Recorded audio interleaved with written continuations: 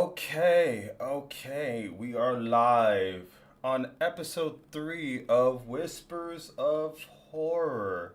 We are so lucky to have Ezra on our podcast, and I just want to say hi. Do you want to introduce yourself? Hi. Yeah, I'm Ezra Szanton. I make games. I make horror games recently. I'm starting a company called Rebel Jester, my friend Fergus, um, focused on making short, weird horror games. Our first game that we just made is called To the Flame. We play as a moth that is on a very difficult and frustrating journey to try to meet your moth god, who is a lamp. And along the way, you have to avoid a spider who wants to eat you and send you back to the beginning of the game. Um, yeah, Awesome. And I believe you have another game. Do you want to just yeah, talk about that one as well? yeah. To the Flame is a horror genre mashup with another thing called a rage platformer. Mhm. But I did make a kind of like pure horror game that's a horror personality quiz called Be Honest, that I made a little while ago, and we're actually about to remaster for Steam. That's going to be our next project. So I think it'll be fun to talk about that too. Nice, nice. So I actually have some gameplay of this, but before I switch the scenes to it, I just wanted to ask, like, how long have you been a horror game, or in general a uh, video game developer, and how Yeah, to, and so I've been yeah. making games as a hobby for about like 4 years. I've started doing horror games more recently. I actually started in on it doing a game jam. Um, the theme was out of control, Okay. and we ended up making a game about talking to a chat bot that kind of like knew more about you than it should. And that full credit to the writer on that game and the lead designer, Ren, who was the person who pushed us to make a horror game. And it was super fun, and people really engaged with it. And that kind of like opened my eyes to horror. And Okay. then since then, I made kind of this little, I guess, like duo of games that was like a horror aptitude test and then a horror personality quiz. Mm-hmm. Those were really fun to do. And then, yeah, our most recent game, which is a horror rage platformer, kind of trying to experiment with other genres in Okay. there. Um, that's been maybe about like 2 years. If you could pick one thing about horror that drew you to it, what would that be? Like when it comes to the games that you make. Yeah, it's really fun to get to play with emotions that are not just like positive emotions. Because I feel like um, a lot of times in games, what you're trying to do is make something fun, make something kind of like smooth, make something that makes people feel joy, which are all great. But sometimes it can feel a little bit constraining to like always be like, what's the most fun you can have? What's the most joy you can feel? Um, and oftentimes like kind of a balance of things is and like juxtapositions between like feeling really angry and then feeling really happy or feeling really fearful and then feeling really joyful like can have even stronger experiences. Okay. And horror and like people who like horror, I feel like are very tolerant of feeling these uncomfortable feelings. And it's really fun to experiment with those. And you can kind of go in directions that a lot of games don't have access to because of the genre. Yeah, no, I totally agree. Just as for me, I know when it comes being a horror content creator, just being able to not use the positive emotions, and like for horror, I just see like some people don't want to play games that are super joyful or anything. Like I want to be scared. I want to be some. I want to get those my blood like rushing in, just the hair in the back of my neck standing up, that adrenaline that I won't get from, I don't know, getting playing certain like adventure games or something that's super colorful. Like I just targeting that market is something that I enjoy and that like is that other people enjoy as well. So I definitely agree with that. As far as your two titles, what sets it apart from the other titles in the market of just the horror community? Yeah. Well, I mean, I want to be careful to say there are a lot of games that they're similar to. Okay. And it's kind of like, our take on them. So I didn't actually realize this when I was making Be Honest, but there's like a fairly, it's like super niche on one hand, but also there are kind of like a lot of games that have done this sort of like horror quiz or like survey horror is sort of a genre title people put on it Yeah. of games that like are basically asking you questions or are framed like a test or something, Hmm. and then have horror sort of work its way in there. I think there are some reasons that it's really effective.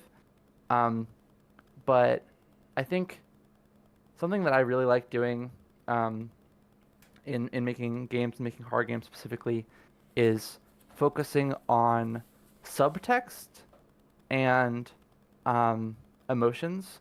So, for Be Honest, for instance, I really wanted to make sure not to be on the nose about anything, like not to hit people over the head with what it's about, um, which I've succeeded in some places, and in some places I feel like I was still a little bit too heavy-handed. Hmm. But I really love when a game trusts the player to kind of put pieces together themselves, and when they I feel like when you come to a realization on your own about something, like especially in a horror context where you're maybe realizing something about, like, oh, maybe this thing is threatening, but it was pretending to be nice to me.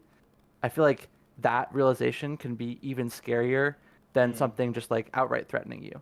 Okay. Um, yeah, and then for To the Flame, um, it's almost more of like a rage platformer with like a horror twist on it.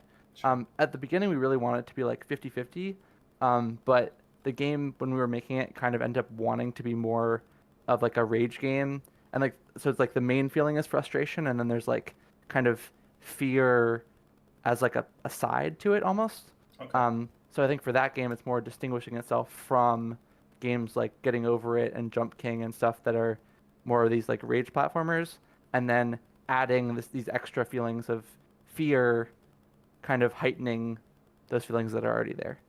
Okay, perfect. So I'm gonna switch over to the scene. So I was able to record some of the gameplays for both games, and then we could talk about them as we go. Let me just switch over.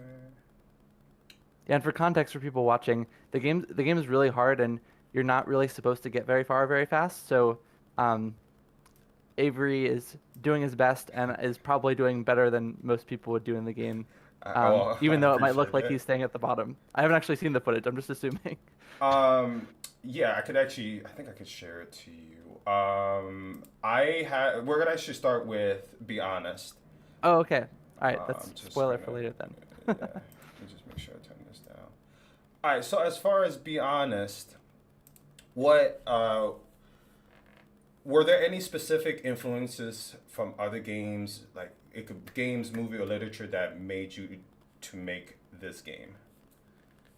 Yeah, well, so the biggest inspiration was actually like a life experience that I had, which was um, I took an aptitude test for a programming company, and I felt kind of disturbed by it because I felt like they were trying to get information out of me that I didn't fully understand what they were trying to ascertain with their questions. And some of the questions were really weird in ways that I thought were, kind of disturbing to me. And I felt like taking that seed and just dialing it up a little bit so other people could feel what I was feeling. So I made this game called Aptitude that really quickly, it was kind of like a prototype for Be Honest. And then I took that and turned it into a personality quiz. Because I've somewhat revised my um, opinion on this in the intervening year months. But I kind of felt like personality quizzes in general are kind of scummy, or like they kind of prey on people's confirmation bias and like tendency to see patterns in things that are random. So I kind of already thought that personality quizzes are a little bit like horror-y in some way underneath the surface. Um, and then a couple of weird experiences that went into it. One of them, I think I've talked about someplace on the internet before, but I like the story and it's really weird. I was playing some video games at my cousin's house, Okay. and I was playing Super Mario Sunshine, and I I swear at this point I feel like looking back on it, it must have been a dream or something, but I really have the distinct memory of like sitting in front of his TV and playing Super Mario Sunshine and there being a text pop up in the game that said I can see you, Oh, and then freaked you I out. I don't know what else. I was like stuck in this place, and I've looked it up. There's no blind like that in the game, as far as I can tell, um, and that really freaked me out, and it stuck with me. And I think this idea of like something corrupting the experience that you're having and sort of weaving its way into it and somehow observing you is really creepy, and that finds its way into a lot of my games. I Um, I yeah. think that's awesome. Honestly, I don't know why, but I just got chills when you were saying that. Um, I know playing my experience with playing this. This is the second time I've played it, but just you're so focused on the questions at hand, and then you know you're answering the questions, but then you just notice like a glitch. It's like somebody is hacking into your test, and just knowing having that feeling of am I being watched? Like, why is this being altered? Like, it just makes you like, okay, like now I can't really focus on the questions. And I wanted to Mm. ask, like, how did you formulate the questions, and how did you know like this is these questions that I come up with specifically will get the player to feel like this is horror or like get scared Yeah. from doing that? That's a great question. I tried. It was a lot of trial and error, and it was a lot of like sitting at my computer late at night and like writing a question and then looking at it and trying to feel if I felt freaked out by it. And a lot of times I wouldn't, and a lot of times it would just be a very, very slight feeling, especially because I had been working on this project for a little while already, Mm-hmm. and I started to become kind of numb to that feeling. So if there was even just like a little bit of the feeling for me, I felt like it would probably be stronger for people who were seeing it for the first time. Mm-hmm. And I also had some friends at the time who, or they're still my friends, who are really into horror games. And so, especially one person I would come to and ask, like, okay, like, what do you think about this? And then she would say, well, maybe not that one. Ooh, this one really freaks me out. Um, so, like, bouncing things off other people. And then there's also this idea I came up with in the game for, like, I called it kind of like symbolic pressure, or Oh. like sometimes there would be parts where certain symbols would come up a lot, kind of close together, and it would kind of just give you a sense, or at least it gave me a sense that like there was some meaning there. And I planned out the sort of lore behind the game that probably no one can or should try to figure out, but it's consistent in my own head. And having those kind of things like there's some stuff about like eyes and owls, and I think it's another one of those subtext things where like when Okay. you pick up that things are connected and you try to start connecting them in your own head, Mm-hmm. that kind of is freaky to me. Or like there was a post on I think like r/no sleep that was inspiration for me. It was just about like don't look at the moon, don't look at the moon, don't look at the moon, and that sort of like pressure on an idea that seems like it should be innocuous kind of makes me think that there's actually a threat there, which is scary to me. Okay. I did want to ask. When I was playing, I put Suavecito, and then like later in the questions, my name popped up. Like, was that just coincidental, or like? And then it started saying like horror questions, like horror game. You play horror games, so I wanted to ask, like, is there a way, like, you got me tongue tied, but like were you when you made this game, is it able to see certain information? How did that happen? Like, that's my question. Yeah, so it does have lots of programs on your computer have probably more information than you would expect for them to Yes. have. Mm-hmm. You can in most game engines and just if you're programming a application that will run on someone's computer, you can look at their like username Sure. of like their account on their computer. Um, and it kind of also goes into what I was talking about people seeing patterns in noise Mm-hmm. and people's tendency to pick out things that are relevant and ignore things that aren't relevant. So the game kind of takes a lot of shots at guessing at things that might be relevant to you, and the hope is that you'll just not pay attention to ones that don't hit, and the ones that do hit, you're like, oh shit, how did it know that about me? Hmm. So yeah, it like looks at the name on your computer. It looks actually at the time that you're playing the game, and Okay. there's one question that changes based on like if you're playing it during the day, it'll ask you if you play during the day because you're too scared to play at night, and if you're playing at like 1 in the morning, it'll say Oh. like, do you like to play games at 1 in the morning? Um, and I really like the idea that people come out of it with different experiences, and they can tell their friends like it did this for me, and they're like, Yeah. what? That didn't happen for me. Um, No, I One of think the things I'm yeah. kind of playing with, I don't want to commit to this, but in thinking about what we're gonna do for the remaster for Steam, um, we're considering maybe having some things that just randomly will affect like one person out of 1,000, where Oh like wow. it'll just like look at your IP address or something and be like, if it is an odd number, whatever it would be like 1 out of 1,000, that just Hmm. for some people the game will just be totally different, and people will just be like, why is this happening to Oh me? my God. Please, I hope I'm not 1 out of 1,000 because that's terrifying.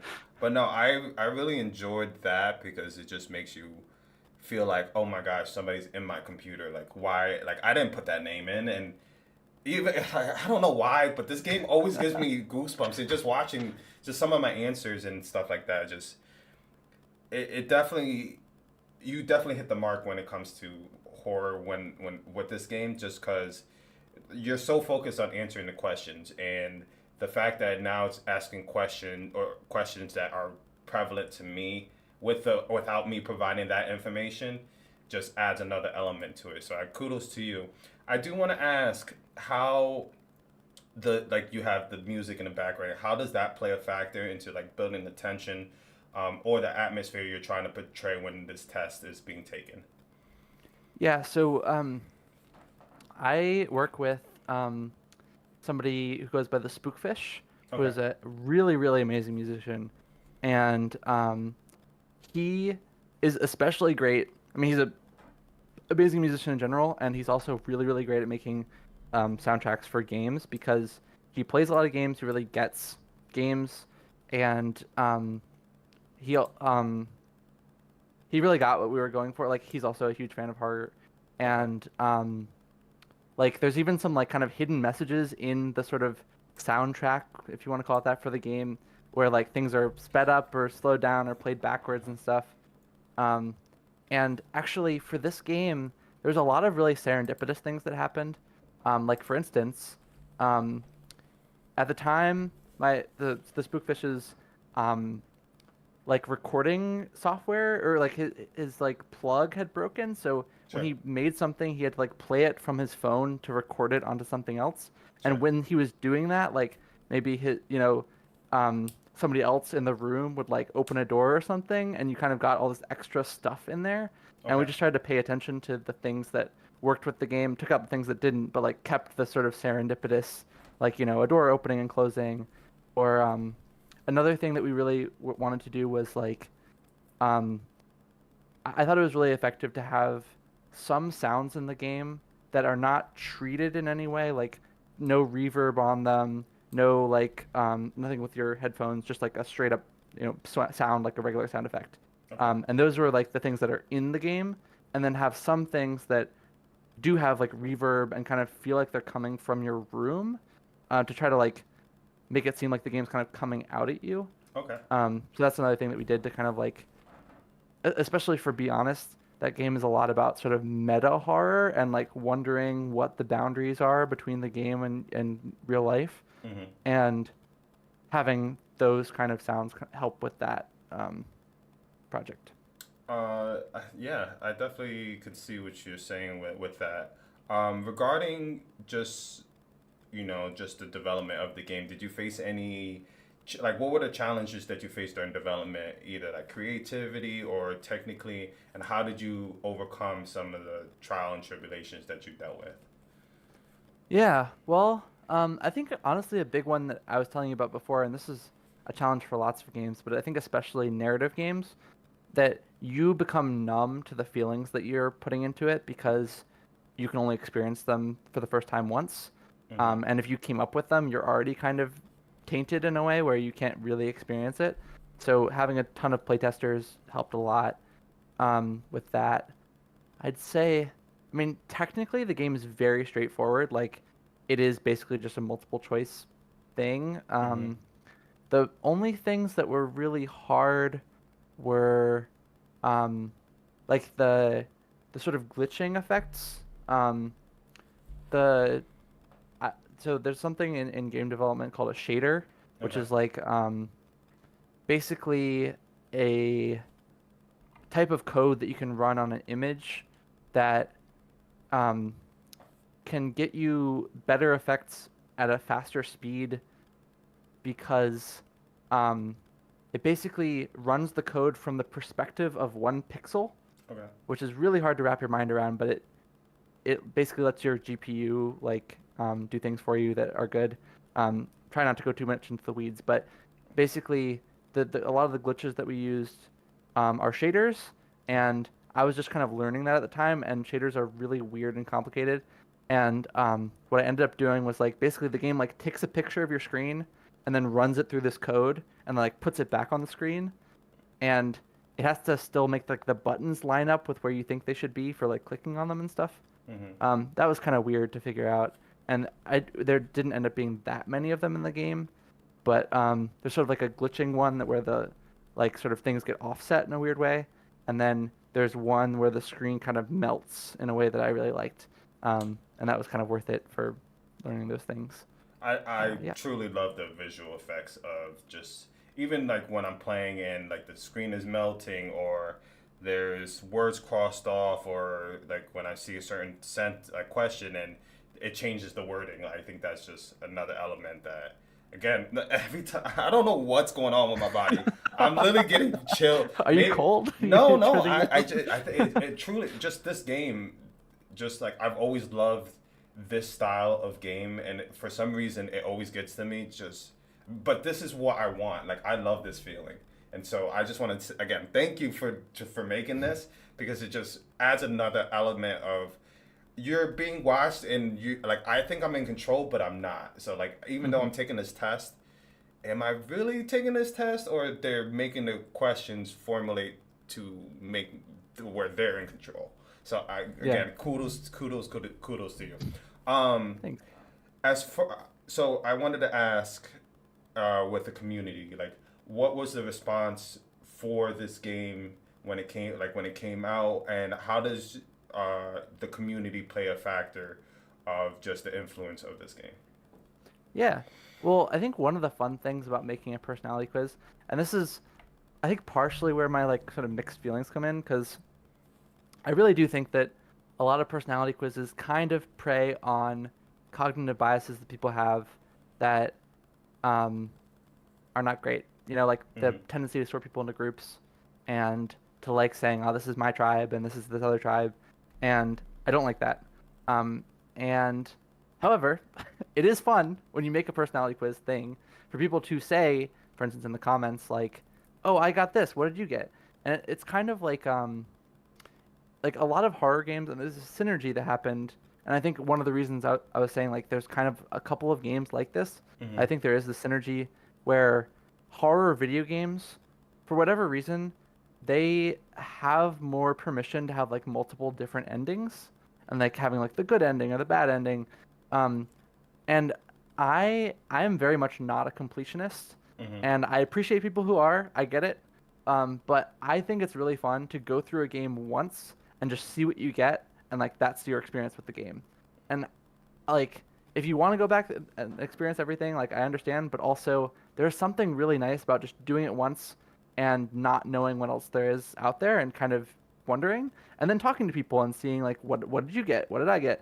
Yeah. And there's something about the format of a personality quiz that makes that more acceptable, where people like are more okay saying, "Oh, I got this. What did you get?" as opposed to saying like, "I'm gonna try to get every single thing." Um, I have lost track of the question. No, no, no. You're good. You're good. Um, I also lost track. I was just so immersed in what you're saying. Um, just the engagement for just the community. Oh, right, right, Yeah, right. yeah. Okay, yeah. So the other thing that is like so fun, like maybe my favorite thing about making games is watching streamers play them. Or Mm-hmm. like it doesn't have to be streamers. Watching anyone play it is great. But like the way that so like one of the things that I'm really interested in as a game developer is making games that are both fun to play and fun to watch. And that is a really specific problem, but it's something that's very rewarding because it allows people to participate in the game even if they're not actually playing it. There's tons of scenarios that come up where like it's kind of fun to play a game and have people. I mean, if it's fun to watch, if you're playing a game and your friends can watch, like that's super fun. Mm-hmm. Um, and it's just an interesting problem to think about, I think. And so one of the things that I really like is when a game can be expressive. And the way I've kind of formulate that in my head is um, if you can tell something about who is playing the game based only on just like footage of watching them play, which I assume the video is still going on of you playing, be honest, right now up Yeah. on the screen, or maybe to the flame sometime in the future. And like the fact that you played it, and if whoever's watching it, like they're learning something about you by watching you play it. Mm-hmm. Like that's not true of every game. A lot of games, especially games that are really tied to mastering a certain skill, if you watch someone play, you can tell like how good they are at the skill, but people who are really good at the game will all kind of like converge on the same point where they all kind of start playing the game the same way. Mm-hmm. And I love when games can be expressive so that if, and I think that's part of what makes a game fun to watch is like if I watch you play it, it's going to look one way. If I watch, someone else play it, it's going to look a different way. Um, and yeah, that's super fun to me. And so, like, a big part of the community is streamers, and I adore streamers, and I think the relationship between streamers and game developers is very symbiotic and fun. That like I get to share games with you guys to that you can play for the people who watch you, and then more people get to learn about the game, so I get to make more games, and it's just like this amazing symbiotic cycle. I totally agree with it. Even like in the formulate of like we've, sorry, my words. Like I said, I totally agree with you because in a way we are helping each other out. You know, we are showcasing the game and giving our raw opinion on it, which you can go back or take the advice from us, and then you guys are making content for us to play to enjoy, and it's just like, in a way, we're both like I said, we're both helping each other, but it's just like that. It's a beautiful thing. It's like it's like teamwork. But I do want to touch back a little bit what you said of when I played this, like I would say maybe I don't remember the last time I played it. Obviously today, but when I first played it, my initial playthrough, I didn't want to play it again because I wanted to not know what my if I changed my answers. It gave me that what if feeling from it, and just the curiosity is like, I wondered if that 3 seconds to make that answer, if I should have chose that. And I in the gameplay that I did today, like I wanted to choose a different answer, but I ran out of time. So again, I think that's just having that pressure of, oh, I got to make a decision without really truly thinking about it is another aspect to how quick can you make a decision, how like and Yeah. how does that influence uh just the test in general. And while people are watching, they can chime in because it's a multiple choice. They can see the question and then be like, oh, I would have answered it that way, or I would have done that. And then it just brings in an engagement between streamer, game developer, and just a community. So I think that's pretty great. I'm Yeah, gonna that's actually another thing I forgot about, but no, no, good. now that you brought it up, I really want to talk about Sure. the making a game that gives people like an excuse to talk about themselves. I think is really valuable, and it's something that I want to explore more in like the remastered version Okay. of like yeah, the questions they have to fulfill a lot of different purposes. Like they have to be actually gathering information so that they sort you into the different categories. They have to start becoming scary because it's a horror game. But then also like a really big part of it is I want to have questions in there that get people to talk and like are maybe something you wouldn't share with your audience otherwise, Mm-hmm. or if you're not streaming, something you might not have thought about otherwise. Like, oh yeah, did I cheat in school? Or like, Yeah, how do I feel about like gossiping behind people's back, or like I when is it totally okay to cheated. tell a white lie? Um, yeah. No, no, I totally agree. So I want to take this time to talk about. I'm gonna switch the video to the next game. I'm sorry I wasn't able to share it, but you'll be able to see it like once it's up. But the next game we are gonna talk about is one of the most frustrating games I've played probably this month, and this game is To the Flame. And just my experience was I was stuck on probably the first couple jumps, probably for like 15 minutes. And I wanted to throw my monitor in the trash, throw my mouse against the wall. I have a daughter, can't do that because she's sleeping. But I will say it was definitely one of those games that are frustrating, but it was a game I couldn't put down because I needed to know like what is up there, like what am I missing when it came to playing this. So I wanted to just like you gave a little a rundown of what the game is like, but like what inspired you to create this? Like, what was your goal when this is what I'm making and this is the product I want to put out? Yeah. So, yeah, great question. Basically, it kind of has a long backstory, and a weirdly, like, I feel like for a lot of my games, I don't have like a concrete moment where it came into being, but this like really did in an interesting way, Okay. where I had for like a while been thinking, well, way back, I played a game called Getting Over It with Bennett Foddy that lots of people have played, lots of people Yes. watch people play. Um, it is infamous and famous. It basically you are this guy in a cauldron trying to haul yourself up a mountain with a hammer, Yes. and it's really weird and really fun, and I enjoyed it a lot. Um, my experience of playing it was I played it a little bit by myself, and then I played it like weirdly at like a youth convention sleepover thing, and I have this really strong memory of like playing it super late at night with someone else watching, and like I ended up beating it. I was like, oh my God, this is amazing. Um, and yeah, so I think it's so interesting, and just like yeah, like you said, the frustration is like such a like intense feeling that you don't have a lot in games, at least not purposefully and not like artfully in the way that Getting Over It does it. So Mm-hmm. that's been an inspiration for me for a long time. Um, and like Bennett Foddy's work in general. And so recently I'm making horror games, and I was thinking about expressive games and games that are fun to watch. And I was thinking, horror games are really fun to watch because they have these big expressive moments of like fear. And rage platformers are really fun to watch because they have these big expressive moments about frustration. And could you make a game that had both of those in it? And for a long time, I was like, nope, you can't do it. Probably not. I don't think that rage and horror or fear are compatible and they can't exist in the same thing. Mm-hmm. And then I was working at a summer camp that I've worked at for a while, and I was looking at a wasp like bump against a light bulb over and over again. Okay. And we had a spider that was like outside of our cabin that was just chilling there. Like it had hung out there for a couple days. Every day we had to walk past it, and it was really scary because it was like this gigantic spider. Um, and then I was thinking about moths and spiders and how moths go towards the light, and that's kind of a nice metaphor for a game.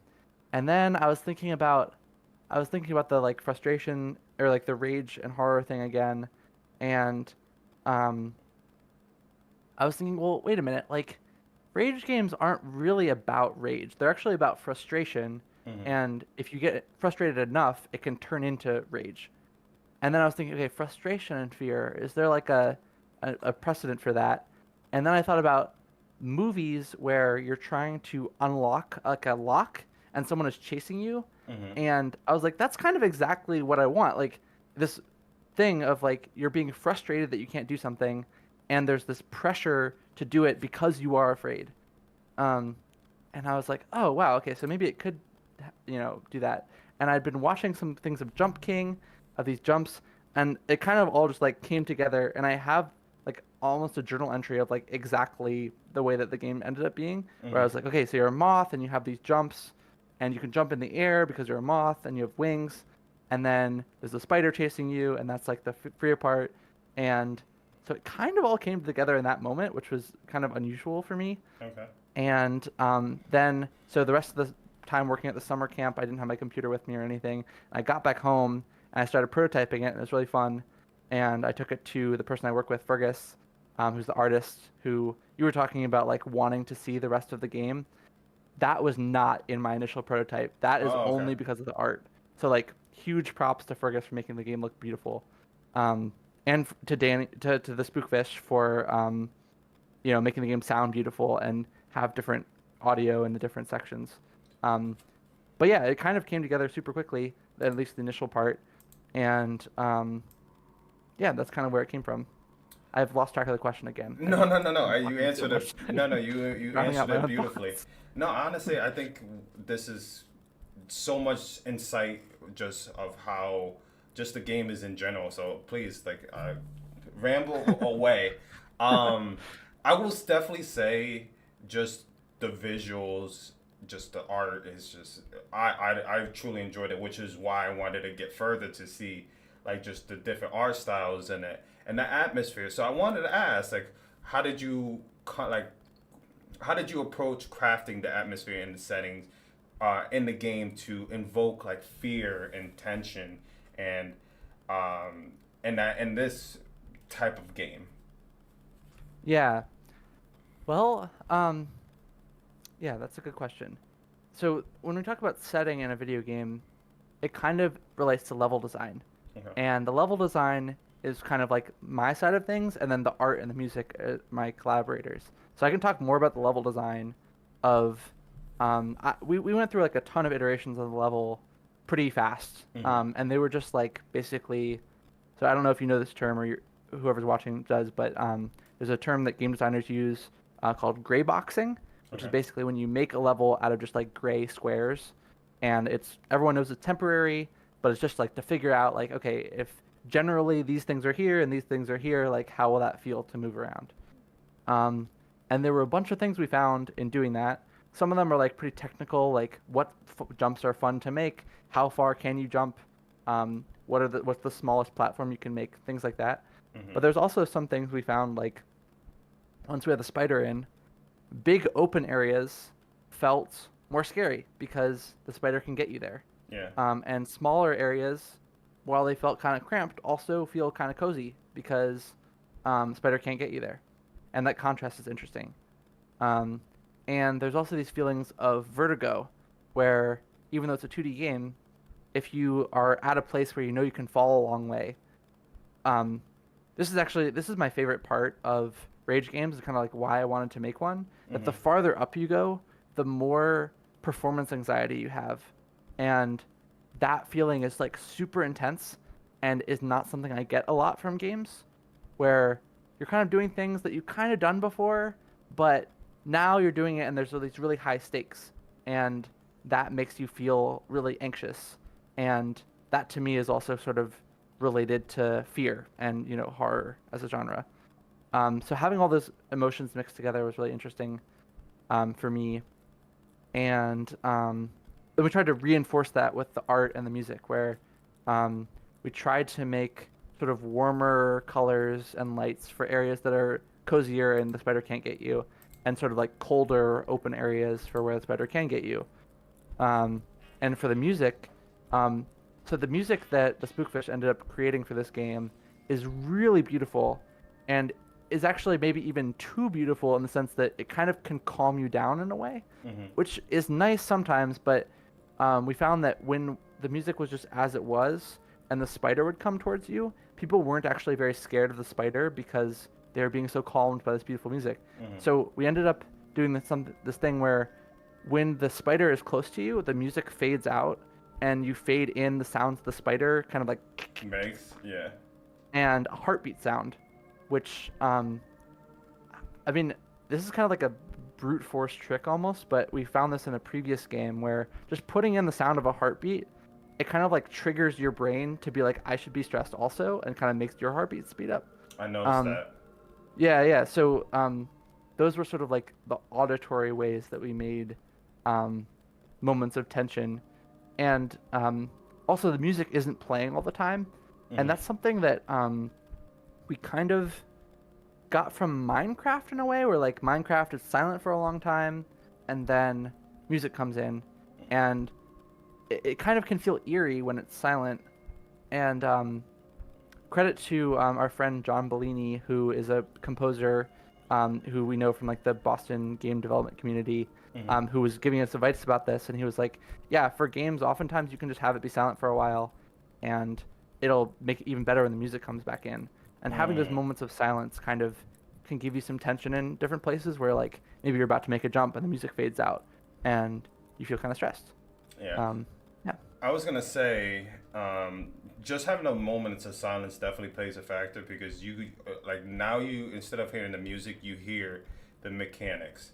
You hear like the jumping and you hear like the spider and that like yes audio like just audio in general and just music all that stuff plays a factor, but there's nothing wrong with just having straight silence. It kind of gets you into your own head of just, oh, like I'm really focused on what's happening, and like when you add that spider element, you're like, oh my god, now I gotta really focus on what I'm doing.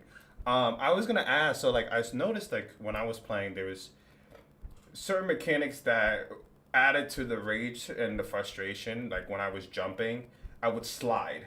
I was gonna ask, is there any other elements that differ from I'm not sure like in Jump King if you can slide. Like, is there any other things you can that makes it different from those type of games? And then I also yeah, noticed that um, when I jumped, I don't know if this is just something, but like when I jumped, it gave me another chance to save myself from falling, and which played into my anxiety of I'm gonna go all the way down and I don't want to do this for another 20 minutes. So I wanted you to talk about some of the mechanics of just like what came up to the sliding, which drove me insane. It literally drove me insane, and the potential to save yourself in that second jump. yeah. I'm so glad you asked about that because I've thought about this a lot. Okay, And perfect. so yeah, the game is super inspired by Jump King. I think anyone who's played Jump King or seen it like will get that inspiration. Hmm. Both games are about like a character trying to go up to a higher area, and you are charging up jumps, and then you make the jump, and you have no control in the air. And I play Jump King. I love it. I think it's a great game. Hmm. Um, in trying to make a horror game version of it, and the thing we were trying to make, there ended up being a bunch of things, little things that we changed that then had repercussions of other things that we changed.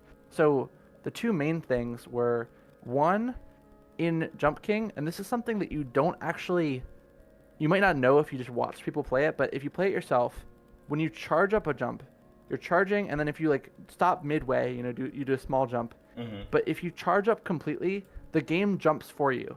It doesn't actually let you like stop. So I thought it it gives doesn't. It does not cancel. I felt like when I no. held it, like it would just Okay, so go. in To the Flame, yes. Oh, okay. In Oh, Jump Jump King, King. no. Sorry, I apologize. Yeah, all good. So in Jump King, the sort of default thing that happens is you do your maximum jump, Yes. and it works really well for that game because it is a comedy game, Hmm. and having the main character be very overconfident and then falling and landing on his face is like Comedy the gold. main slapstick joke of the game, Yes. and that's amazing for it. In our game, we wanted it to feel more like you're struggling up, and so we didn't want the main like the default thing that you do to be to have this gigantic jump, because we that doesn't feel like struggling. That feels like you're this Yeah. overconfident guy, and the character in this is like weak and is struggling. Hmm. And so in our game, you charge up your jump, and then right at the peak is the hardest thing to get because it's really really fast, Yeah. and then it goes back down. And so it's easier to make small jumps, and it's harder to make big jumps. Um, so that's one thing. The other thing is, even from the initial conception, was this idea of the double jump, where you jump once and then you can charge it in the air and jump again. Hmm. And that, um, I felt like was super interesting and would give people a lot of options for how they move around the map in these really fun ways. And as soon as I prototyped it, it felt really, really good. Actually, it was supposed to, or originally the idea was that you would have that from the very beginning of the game. But if you play the game, you'll know that it's actually kind of like a power up in the middle of the map where you get Yeah. it halfway through. So the first area kind of acts as a tutorial, and then you get the double jump, and that's kind of like where in my mind, like the real game begins. But it's this great moment where you get something extra and it feels really good. And there's also kind of like tutorializing you before. Anyway, so having the double jump, a couple things came from that. One is that we wanted to have in Jump King. There's no preview of like where you're gonna go. Yeah. So in our game, actually maybe this isn't from the double jump, but another thing I wanted was I guess maybe it's from the overconfidence thing where like I wanted to have this weird timing where like it's really easy to make a small jump and then it's really hard to make a big jump. So there's this kind of like animation curve in the game that controls exactly how long all that takes. And it's actually different for like your X velocity and your Y velocity, which is probably too in the weeds. But anyway, so you're charging the thing and then it goes back down. And Jump King, I don't know exactly how it works, but it's something like a power curve or maybe it's linear or something, but it's more straightforward. And because we had this complicated thing, it would be really hard for people to internalize. So we wanted to have a jump preview that would tell you, okay, if you release it this time, this is how far you're going to go. Yeah. If you release it this time, this is how far you're going to go. And so for that, we wanted to have this like showing you where your arc was going to go, kind of like in like a golf game, where like you charging up a shot and you see where the ball is going to go. Once we had that, in Jump King, when you land and you stop immediately. There's like a ton of friction in the game, basically, except when there's ice later on and stuff. But so in our game, we felt like because you had the preview, it would maybe be too easy if you could just see exactly where you're gonna go and then you go there. So the sliding came from, we want there to still be some element of extra stuff that you have to like internalize about how the movement works. And because you have a double jump, if you stop right when you hit the ground, it kind of feels like a stuttering thing. Whereas when you slide a little bit, especially once you get good at the game, it feels like this really amazing, like buttery movement where you can kind of like land and jump again, and you keep some of your momentum. And I have some regrets about the sliding because it doesn't really line up with the metaphor of the game. Like if there was ice on every platform, people would be like, yeah, I get it. There's ice. That's why I'm sliding. As it is, people are like, why are his feet so slippery? Like, why am I sliding everywhere? And that is a super fair criticism. And honestly, it comes from my sort of mechanics first mindset of like, this felt good, so that's what we're going to do. And I wish there was some way to have like justified it more in the metaphor of the game and like the story of the game. I think it's a very fair criticism if people say like, why am I sliding all the time? But that's how it is. Honestly, it just made another element to the game. Like it made it a little more challenging, just because like I was like, okay, I made it to nope, I fell off because I slid, and it just even with the double jump, I feel like that could be a blessing and a curse because when I was trying to, like I felt like when I had the chance to double jump, I panicked because I was like, oh, I'm not gonna make this platform. Like I gotta let me press it, and then if you don't get it precise, you go all the way down. So I definitely like the double jump. The sliding definitely got to me. It's just like, I'm never going to get past this point even.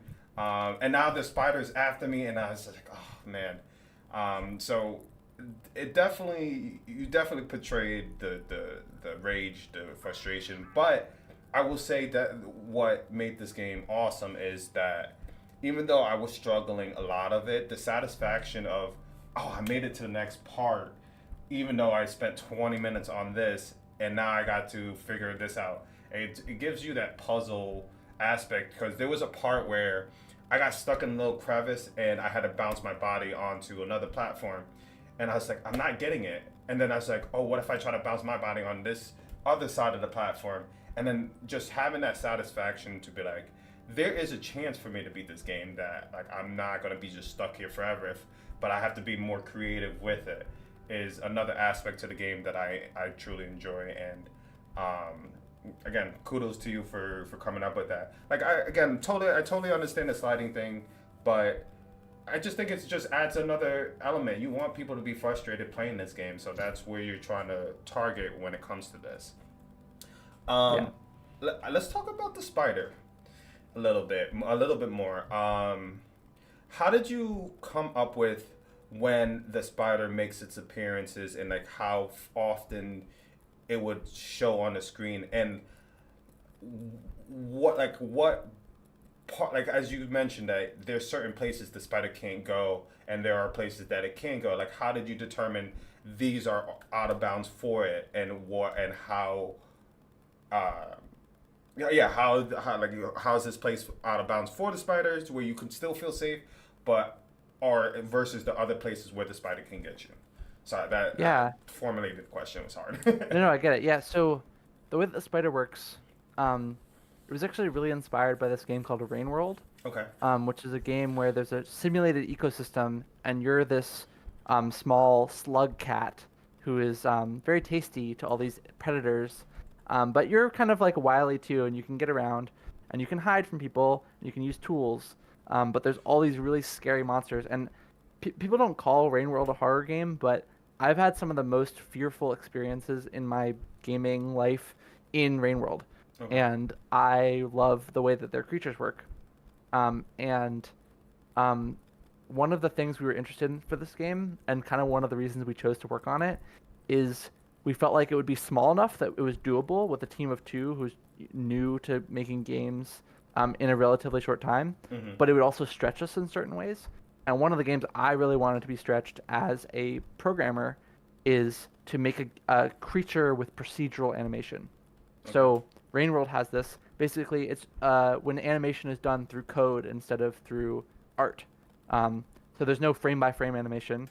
The main character, the moth bean or the pilgrim, um, is done frame by frame, but the spider is all through code. Okay. So um, originally, we wanted the spider to just roam around the whole map, and that was very exciting. It basically is how it works now. There's the spider is not allowed to go below a certain area because that would just be too mean Mm-hmm. to players who are getting stuck at the bottom, basically. But above a certain area, it can kind of go wherever. But its body is big enough that it can't fit in certain areas, Okay. and that's important because you have no way to combat the spider, and that is important because we want the spider to feel really scary. And if you had some weapon or something, it would feel more like an action game as opposed to a horror game. Okay. So the only thing you can do from the spider is hide. And if the only thing you can do is hide, then you need places to hide. And so that's kind of where the parts of the where the level is smaller or like where there's kind of hidey holes. Okay. We built those in so there are places you can retreat to. Can I just ask And a real? I'm sorry, yeah, I mean, I just wanted of to course. like a follow up question regarding that. Did the notion of like predator versus prey play a factor into how you wanted to portray like the spider versus the moth? Like, like basically, this spider is a predator trying to eat the moth, and the prey is trying to avoid it. Like, did that play an influence of how you came up Definitely. with this? Yeah. I mean, going back to that time I was sitting in that cabin, I was thinking about, spiders actually do eat moths. Yeah, And if you were a moth, spiders would be terrifying. Spiders are terrifying as a human, and they're not even very absolutely. harmful to us. Um, and yeah, so absolutely, I think predator prey sort of falls into that. Um, it's kind of funny. So like making this, I had to watch a lot of footage of spiders moving around, and I would like pull up a YouTube video and like slow it down to 0.25 speed and like watch the way that the legs move because I Mm. wanted to like match that with the programming. Okay. Um, but yeah, I looked at a lot of spiders moving around, and I guess mildly arachnophobic. Some people play the game and they're just not afraid of the spider at all, and Yeah. some people are more afraid of me than me. I think I'm somewhere in the middle. Yeah. Just being for me, I was more afraid of like, oh, this thing's gonna take me.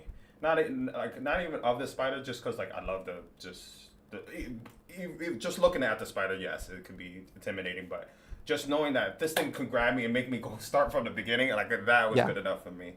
When yeah. I designing would this game, say oh, good. just a note on that. Like, I think one thing in games or like one of the things we are able to lean into with this is exactly what you're saying, where because you have a lot of progress to lose, we can make the spider be very threatening because it's literally threatening to take away your progress, Yeah. and that's a lot of where the fear of it comes from. So yeah, anyway, basically what you were saying. When making this game, it kind of the same question as I asked for the previous game is, did you have any challenges when designing this game, and how did you overcome them? The initial movement went pretty well. Okay. Actually, when I was making the spider the first time, I was kind of hoping that it wouldn't work because even though we chose the project so that I would have to do this procedural animation, I knew how long it was going to take, and part of me was like, please have the spider just be bad and we can just take it out.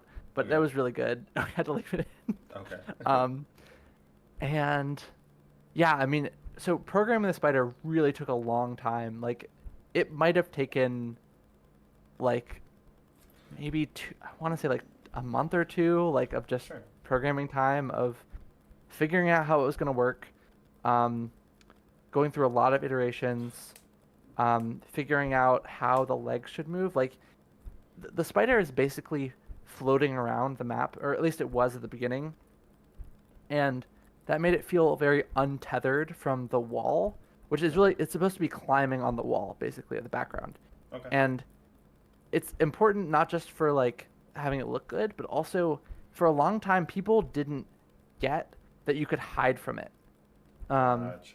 Gotcha. and it's because they felt like it was just floating around. So they thought that it was going to be able to go through walls, Mm-hmm. and so making it interact more with the walls and make it feel like more part of the space was really important. And it's one of those things that people don't even realize when they play the game, that like it's information that they're getting. But before we changed it, people just didn't understand that. Gotcha. Um, so we changed the body is now like a physical object that's having like forces applied to it and stuff, Mm-hmm. and it has a pathfinding algorithm, and it knows where to go, but it's like applying forces to itself essentially. And then all the legs, really the head of the spider is the spider, and then all the legs are figuring out where they need to go to look realistic, through a bunch of code. Um, and yeah, then another thing is like we had this idea for wanting the spider to roam around the map and kind of be this free agent. But whenever Okay. you do that in a game, there inevitably, especially if there's a randomness involved, there ends up being some people who encounter it too much, and Mm-hmm. some people who don't encounter it enough, and some people who count it too early, and some people who count it too late. Sure. And that's what you're signing up for when you make something random in a game. There's just going to be some people who don't experience it the way you want. So we still want it to be random, but we wanted to introduce it in a setting where you weren't going to die to it immediately, and you would kind of get to see how it worked.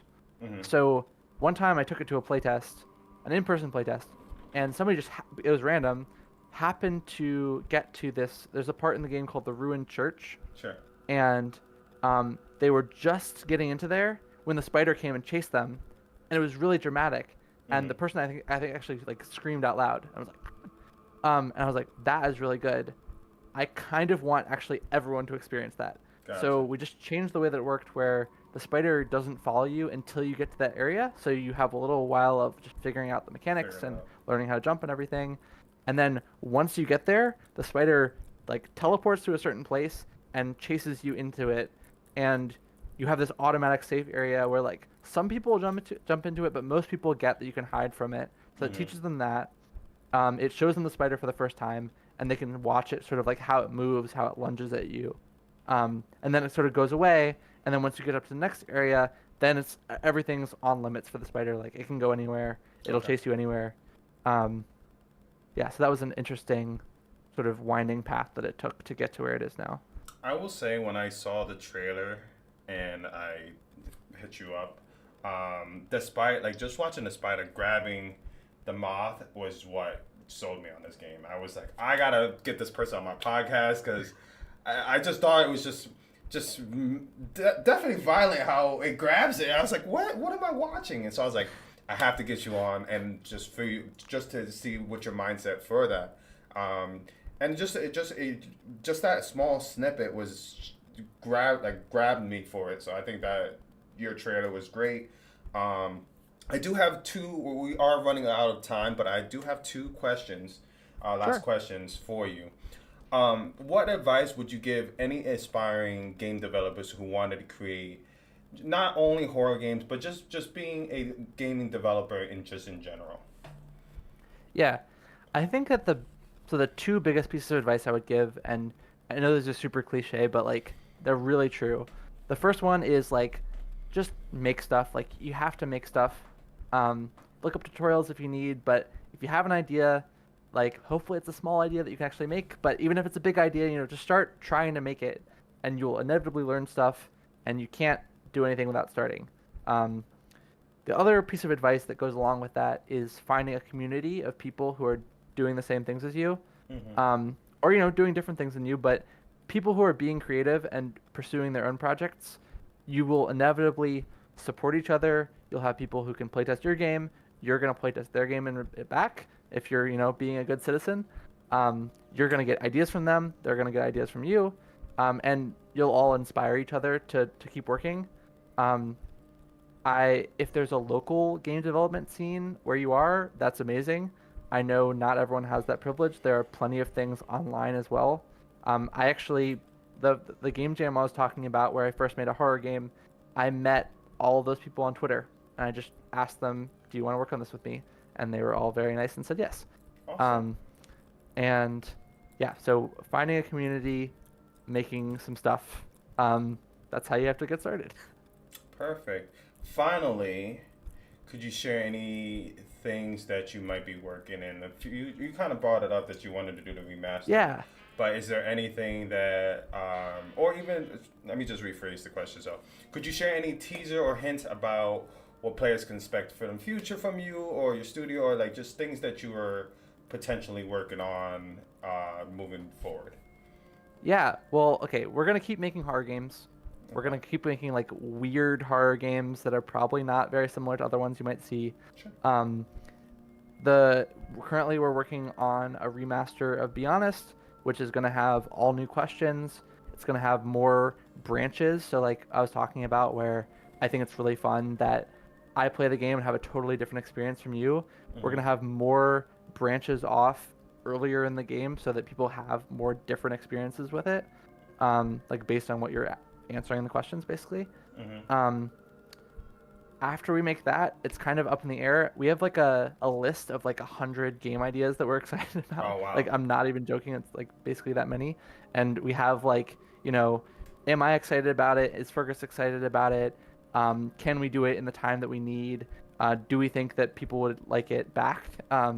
And not every game makes it, but a couple of the games we're thinking about, um, one of them is like a sort of grim, dark Oregon Trail, but on the ocean, where you're like sailors. Ooh. Okay. Um, Another one is like a horror Tamagotchi game. There are Interesting. a couple of those that exist already, but I think we could have a different spin on it. Sure. Um, let's see, what are some other ones? There's a lot, but you're gonna see some new weird horror games from us. The first one is gonna be a bigger and better version of Be Honest. I think that's awesome. And I most likely, no, not most likely. I'm definitely going to be playing everything you come out with. I just think it's just different, and I enjoy them. If you don't mind, Ezra, if you want to just plug in how anybody can find you and your games. I know I put the game links in the description on YouTube, but I will post them on everything that is on here. But yeah, if you just want to just say any final words to our viewers and our audio version of it for people who are hearing you for the first time. Yeah, so if you just search like "To the Flame" game, as in like a moth to the flame, um, I think that should pop up. Our studio is called Rebel Jester. Um, my name is Ezra Szanton. My last name is spelled Szanton. That's a great way to find me. There's like no other people named Ezra Szanton on the earth. Um, yeah, and look out for what Rebel Jester makes in the future. Perfect. Well, I just want to say thank you so much for being a part of this and just taking time out of your day to just delve into two games. And I look forward to potentially talking about future projects that you do in the future. And I just, again, thank you so much. Guys, if you are enjoying the content, make sure you follow me and Ezra on all platforms. And tomorrow, because we had to postpone, we're going to have a horror content creator, Chef Riley, to talk about just the content they make and go from there at 10 p.m. Eastern Standard Time to 11 p.m. Eastern Standard Time. Again, everybody, all the whispers in the world, thank you so much and have a great night.